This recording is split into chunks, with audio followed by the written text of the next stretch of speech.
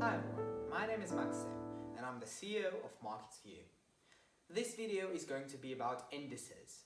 Some of you may know indices from your math lessons, but that has nothing to do with that. So, an index in the financial world is something which represents the performance of many stocks. I'm going to mention a few indices in this video. Let's start with the S&P 500. The S&P 500 index measures the performance of the 500 largest companies in the US. How do companies get in that index? Well, they obviously have to be in 500 largest companies, and they have to have a consecutive profit in a few quarters. Okay, now then, how do we weight the companies in that index?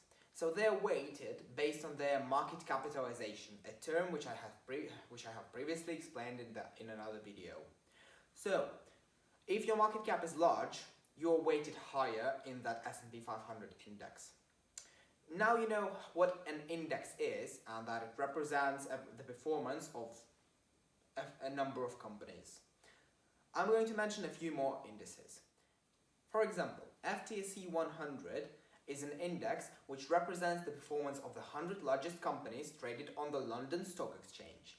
There is also FTSE250, which, as you can now know, represents the performance of 250 largest companies on the London Stock Exchange. To mention some other indices, I'm going to mention KBW, which is a Nasdaq Bank Index. So KBW represents performance of banks.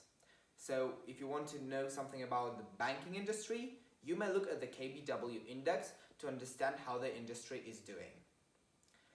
This was my video on indices, and you should now know how to work with them and how to use indices to have a broad idea of how the market is looking.